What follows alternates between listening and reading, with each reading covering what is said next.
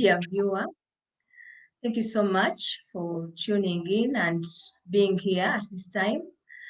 I'm so excited because today is another day for us to learn and also share information that is so pertinent for the growth, development, and also allow a lot of young people to learn and also women to share insights.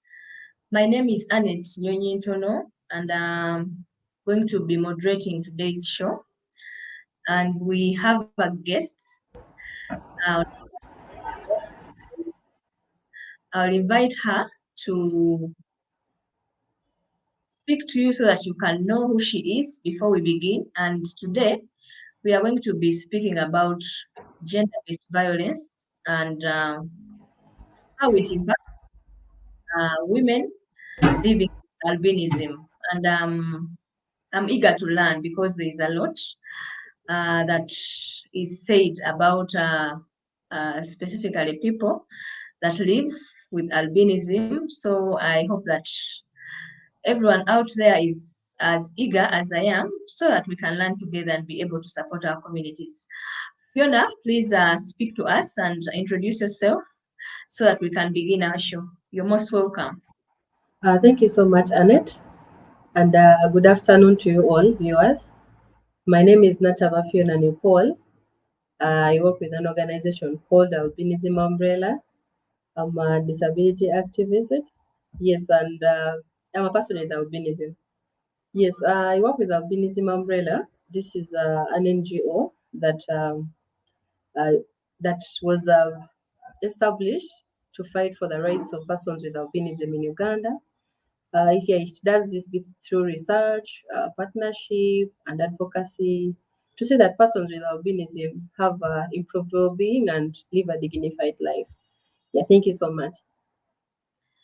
Thank you, Fiona, and I hope that we'll be learning more about what the umbrella does and how other organizations and individuals can tap into the resources and also be part of the bigger network to support. So today, Fiona, I'm happy because this month usually excites me.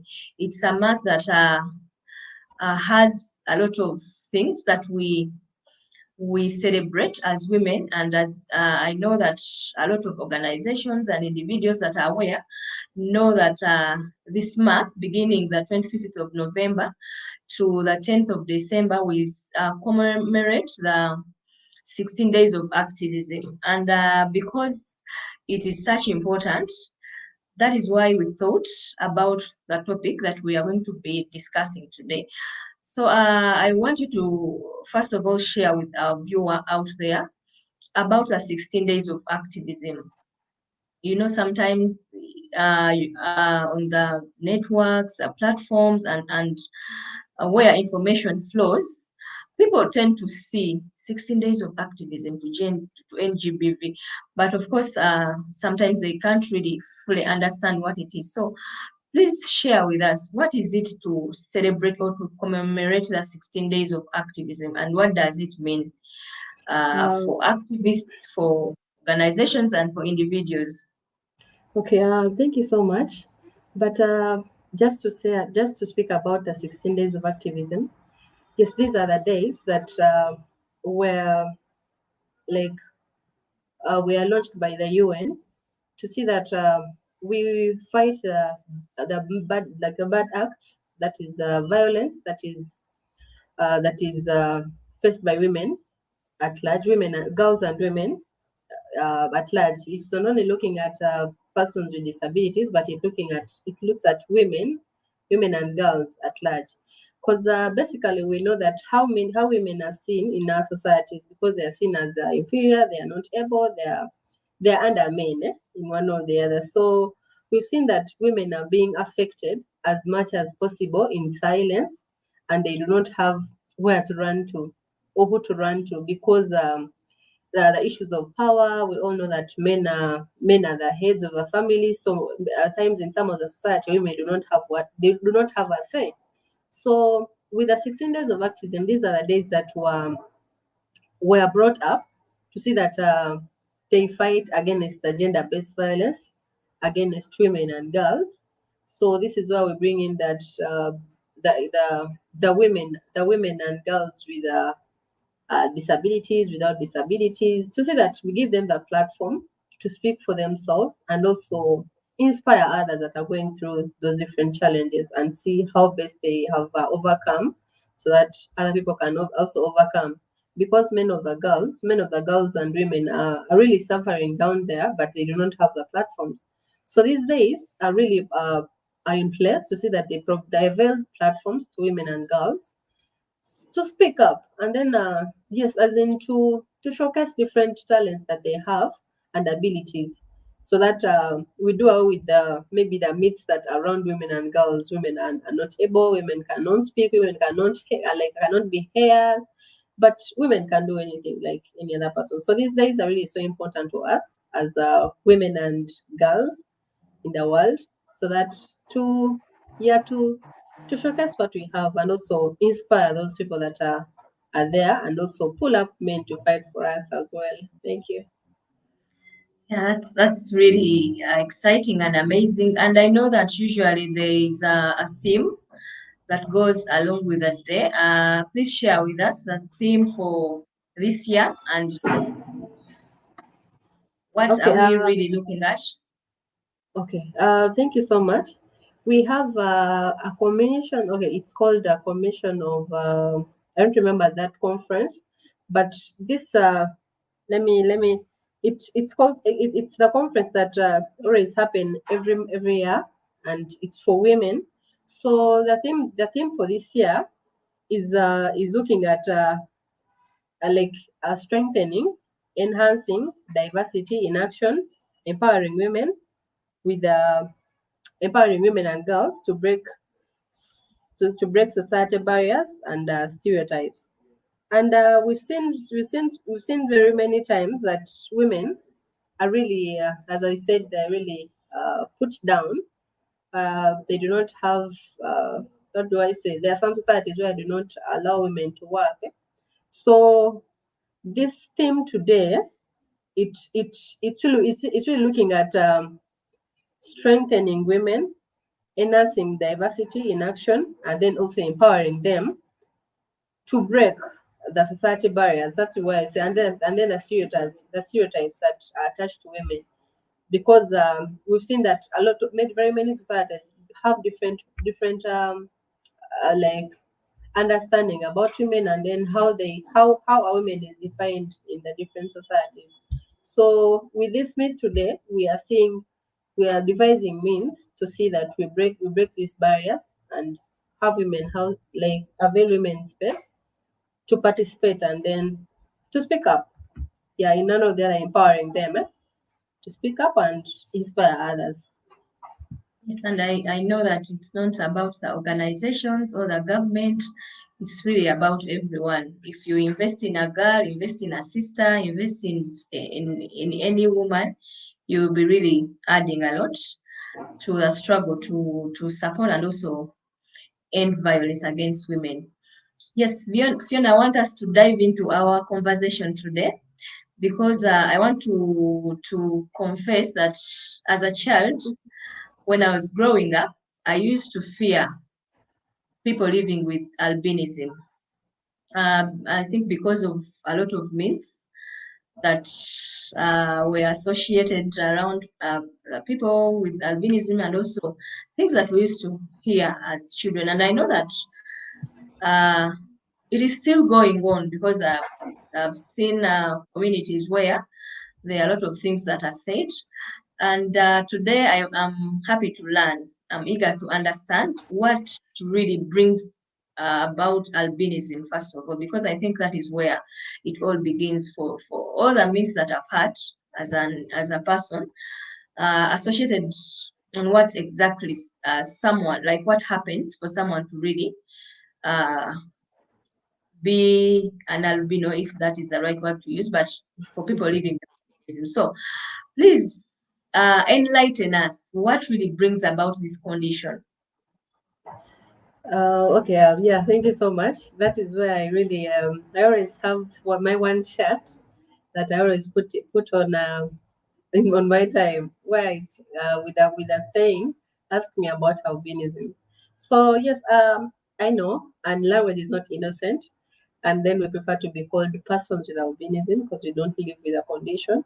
So albinism is a genetic condition that is inherited from both parents. Though many people think that it's only a mother that has given to a child like me, but albinism is a genetic condition. It is a result from a mother and then a father. So they are all culprits of this with the result of giving birth to a child with albinism. Yeah, albinism is also non-contagious because many people think that if I get near Annette, she's going to become a person she's going to have albinism. No, albinism is a non-contagious genetic condition that is inherited from both parents. And yes, as we said, this is actually a recurring gene. It's a recurring gene. So I don't know. I cannot get into the biology, the XY chromosome, what and what. But as you see in families, you can find that the grand maybe fathers, and yeah, at times there is always a person with albinism. So having it recurring to have one in this generation, some have to there should be maybe a judge who one day had albinism. So, and then when you look at albinism, this is also a condition that is really associated with many lies and old stories because those are the myths that we are talking about, because we hear many people saying that, as I've just shared, that albinism is contagious. If I get near a person with albinism, I'll get albinism. This is not right. When I sleep with a person with albinism, I'm going to cure AIDS. That is not right as well. So there's really a lot of myths that is associated with this condition, because when you look at times the traditional doctors can say that when you get a hair of a person with albinism, you're going to become rich. This is not Right. really right, because we've ended up having persons with albinism buried, and then people are going back to get this person from the grave because they want money.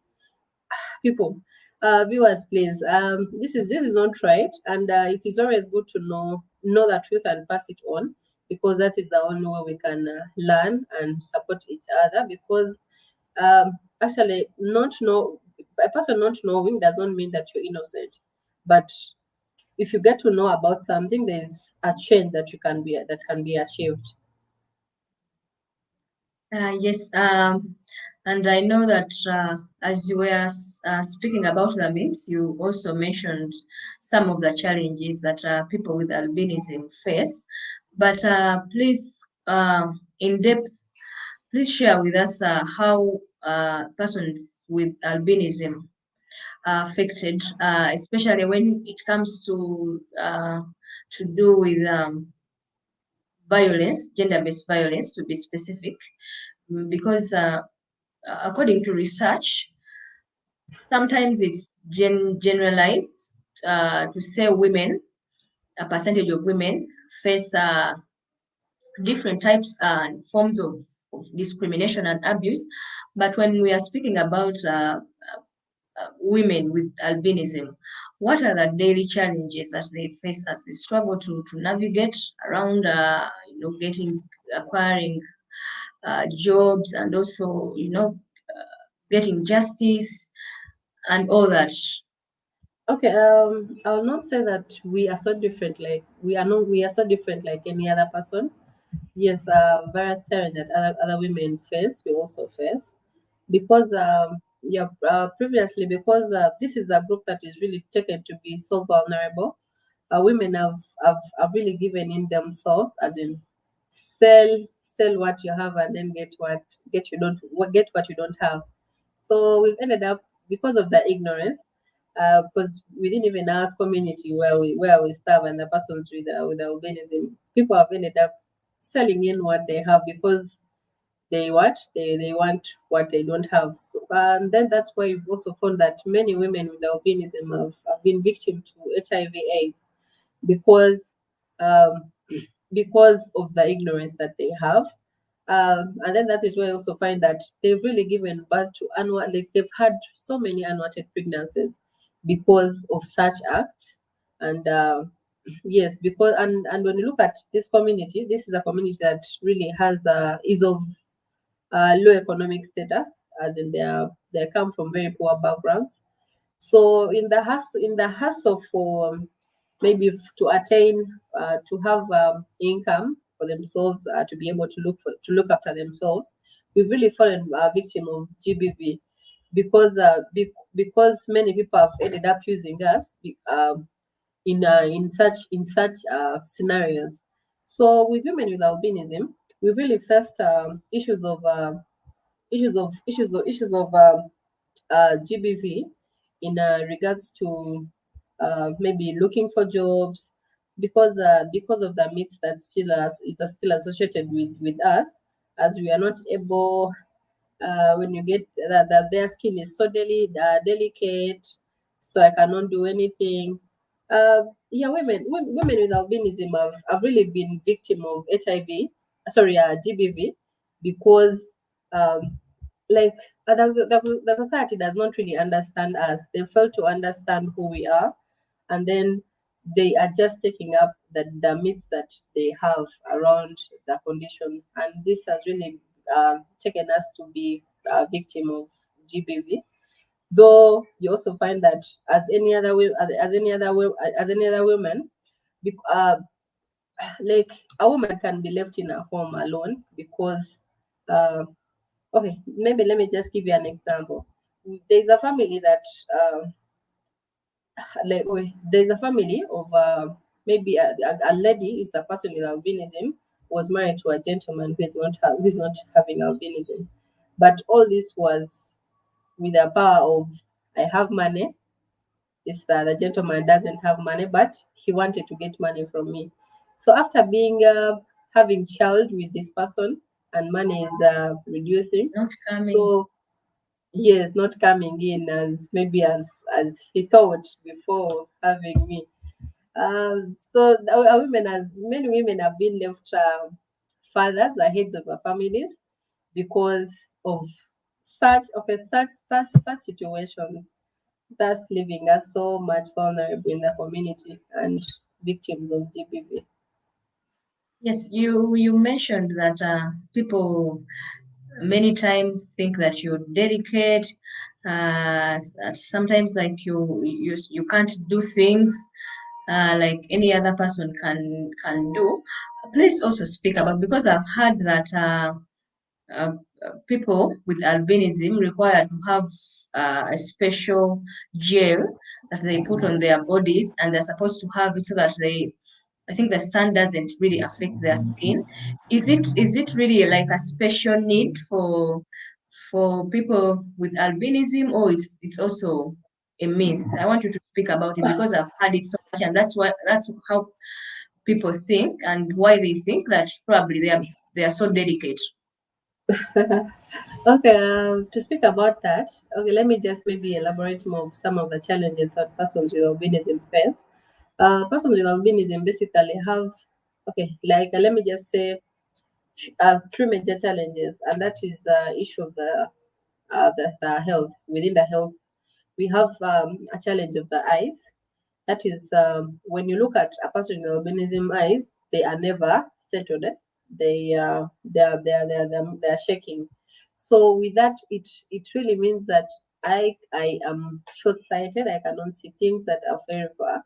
But this is not only this is all most of the times brought by a condition that I have. Though you can also find short sightedness in other people. But with me, when even you give me reading glasses, it cannot affect my sight. So we have really a challenge of eyes that has really even led to very many dropouts because of such challenges, and then the school cannot really accommodate this child, or they do not understand how best they can accommodate this child learner to attain education. And then second, you also have, yes, the issue of the skin. Though people over exaggerate the thing that when even a fly falls on my skin, I'm going to get maybe a wound. No, that's not right. That's not right. But yes, we are normally affected by the sun. Long period, long when we stay. for a long period of time in the sun, it really affects us, and this really lead to skin cancer. That's why when we're always advocating for jobs, we really don't advocate for jobs that are outside, like under the sun, because yes, our skin is so delicate to, as in we can easily get skin cancer. And having skin cancer, it is the chances are very low or small to cure, as we all know what cancer means. So basically, that is what I can share under health. But we also seen that many persons with albinism, like come from very poor backgrounds, and then this also leaves them in a state of okay, they're not economically is it empowered, what that I think that's what I would say. So we've seen a lot, but of course, because of my condition, this is going to worsen, because with my condition, if I've not gone to school, I have to be maybe have a skill. So having a skill is also something different, and it's also hassle to. So it's really hard for us, and this has basically been caused by the condition, because I cannot work under the sun. I cannot. So basically, I have to have a job that is really protective for me. That is why I need there's a sunscreen. This is a sunscreen that we always use. So there are different types of sunscreens. This is a sunscreen that I always apply in the morning, and then around 3, the sun of that time, because it's really when it gets too hot for me, that is when you find uh, some um, some persons getting very much reddish because of the sun. Though this sunscreen is also actually used by the people with persons with vitiligo. I don't know if you've ever seen that, because their skin peels to becoming a person with albinism, and they're also affected by the sun. Wow, thank you so much, Fiona. I'm really thinking so much about all that you're saying, and also reflecting on what people say and continuing to learn.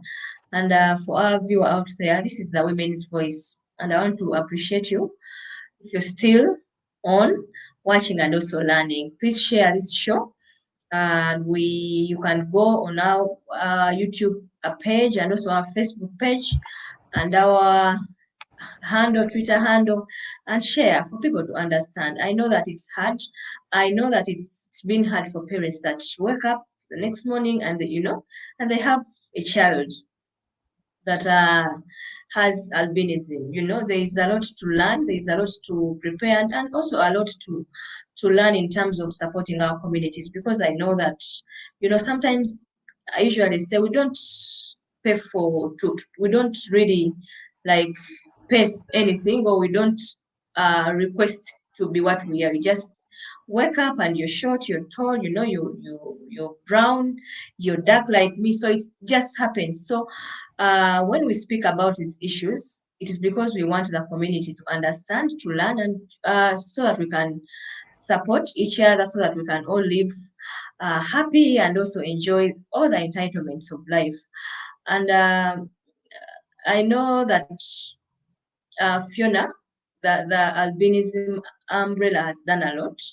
And as we continue as organizations, as individuals, and as the government, to want to support, we need to understand how we can come in to support, because for other people it's new, for others they really know how to do it, and for others we are just coming on board to really want to support. So we want to understand how specifically can we support, and what exactly uh, can we probably give, if and this is also a season of giving. You talked about the sunscreen. I know, I'm not sure, but I think that it costs some good money. I don't think it's really cheap. So please share with us, how can the community, how can individuals, organizations support people with albinism?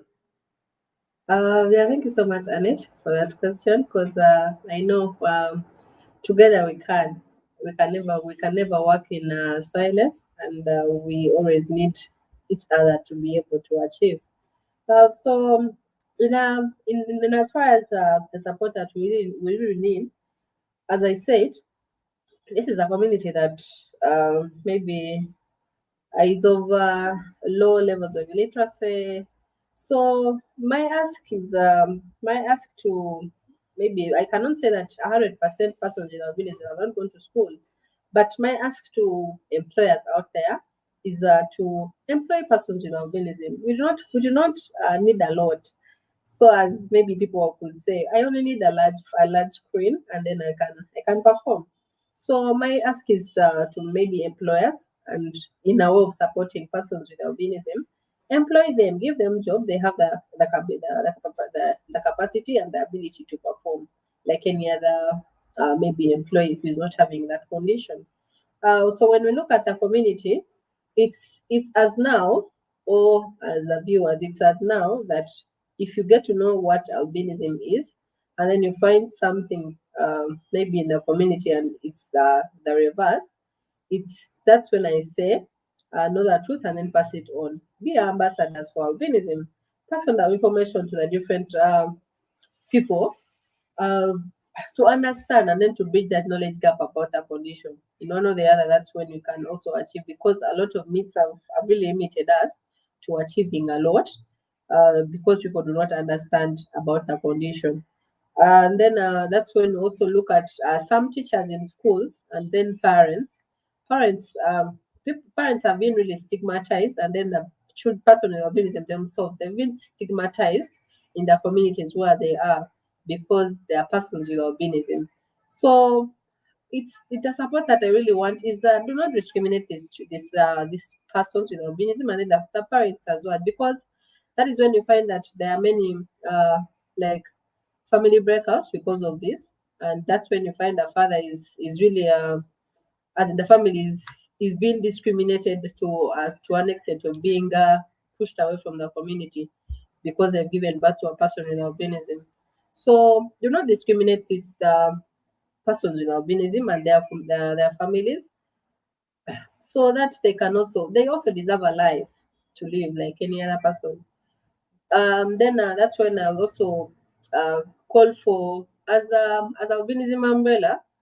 Yes, we have sunscreens that is uh, is given in our of donations. These are donations from outside countries, but then they are really not enough, because when you look at the numbers of persons with albinism that from the research that we conducted in 2021, that was a special mapping research in the eastern, central, western, and northern region. It shows that it has five hu- five five 511 persons with albinism, but when you look at the Africa wise, it's around 20,000 persons with albinism. And this is a very big number. And of which these are the sunscreens that we need on a daily basis so as to live.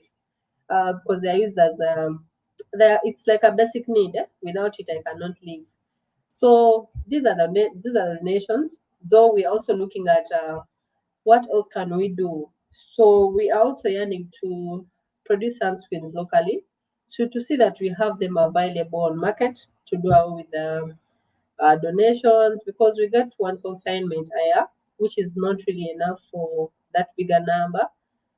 Because I can say, if a person in albinism decides to buy a bottle of sunscreen, just 100 ml goes for around 70,000. So as we've said, that this community is really not doing well, so I cannot really be able to get that sunscreen on a daily.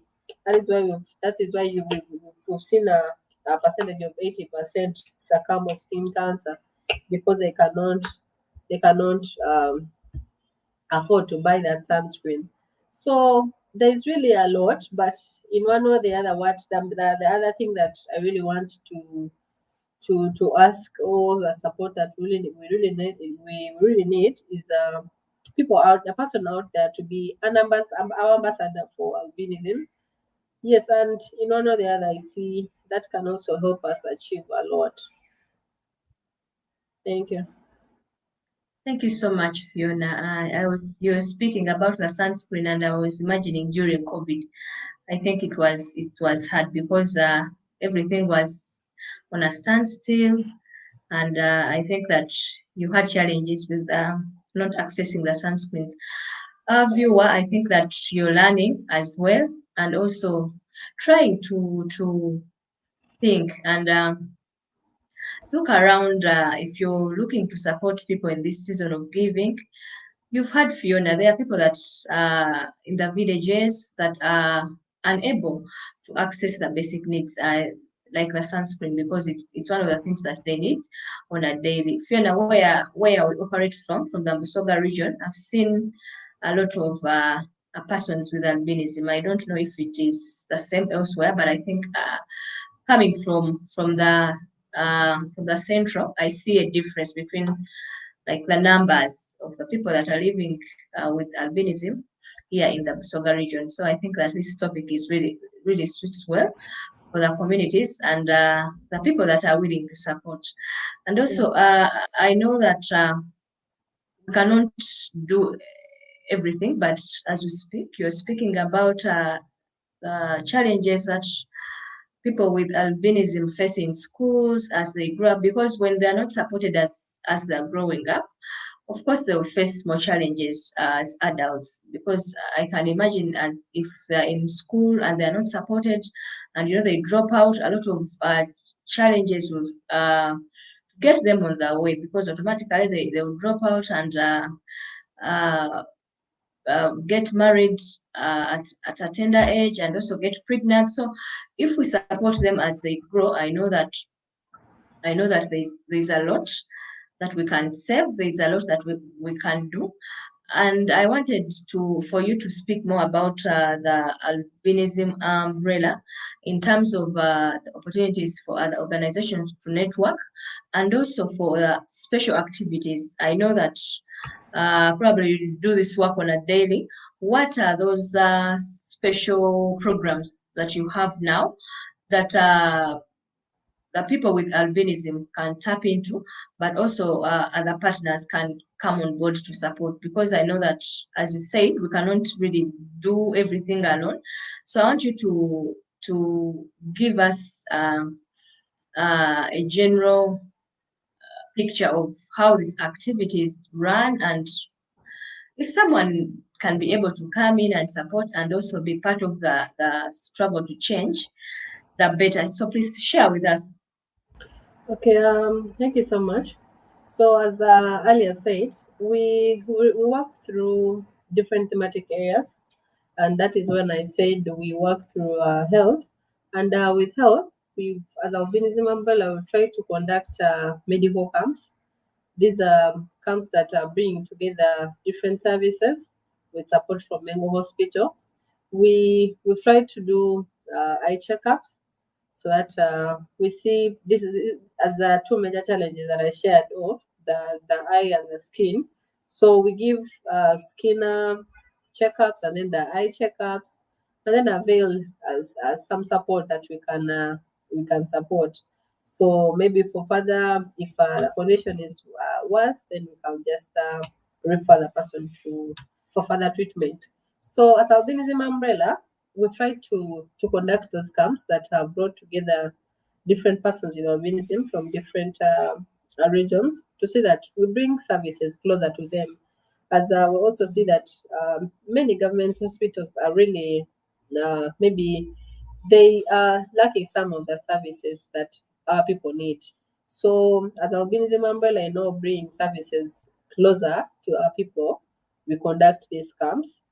Though with the resource envelope, we cannot say that we've conducted them at a wider scale. Though we really wish to, but because the need is really so high.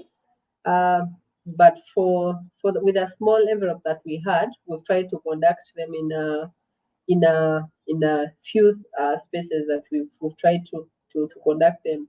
And then yes, we also do the sunscreen distribution as we said. This is something that we really need on a daily basis. So we do the sunscreen distribution through the different CBOs that we work with. Uh, in different districts of the country, so that we see that we bring them closer as we've seen that a person in Mbale cannot come here on a daily for sunscreens. So when we distribute them through the CBOs that we have, those are the community-based organizations, we bring them closer to our people, and then in order the other eliminate the death rates that are at 80%, and those that succumb to skin cancer. Yes, and also as Albinism umbrella, we've tried to do a lot of advocacy around this condition, and that is when we also come to appreciate the government of Uganda, that is under the Ministry of Gender, uh, accepting to adopt the National Action Plan. This is a plan that has very many activities that need to be done to see that a person with albinism um, live a dignified life, because it looks at participation, accessibility, um, like a lot of activities that are really entailed in that national action plan. So when we look at some of the advocacy still that we've done, we've tried to engage UNEB to see that persons with albinism are availed with large font, large print papers, examinations, and then yes, they're also given some extra time. And this has started from school. We've tried to do uh, school outreaches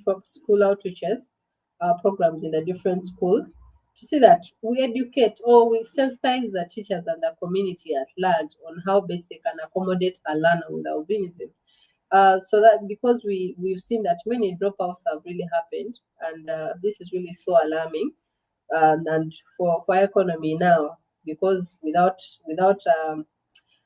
books there's really a little nothing that you can do.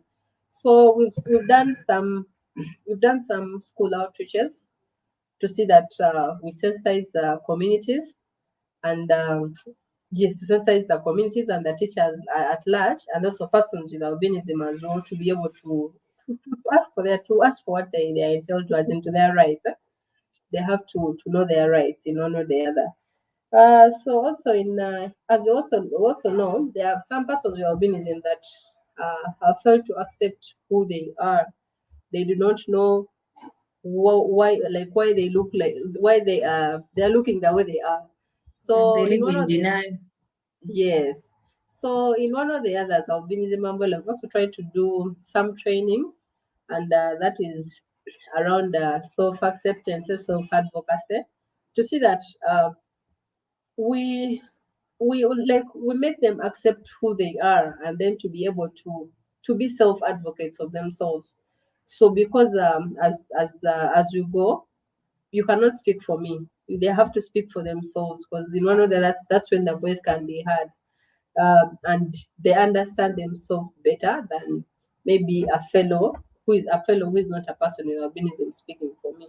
I feel I can speak much more better if my esteem is if my esteem is improved, and then I am self as in my confidence is built as well, and that capacity.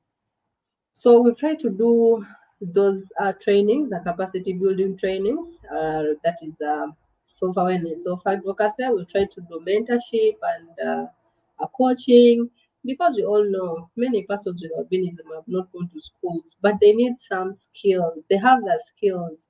So we try to do that, the mentorship and coaching, to see that we have them with a different the skills, and on top of that we also try to do some vocational skilling, because we all know books if books fail, I cannot say that I cannot do so, I cannot have anything else that I can do.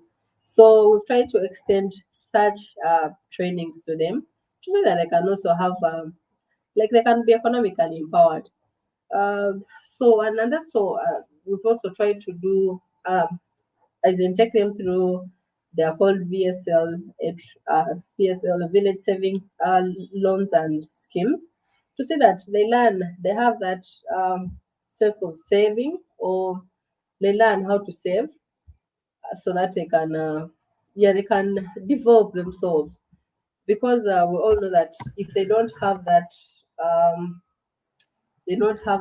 a sense, or is it, I don't know how I can say it, if they don't have that like, okay, the No, ability to save, they cannot really, you cannot grow.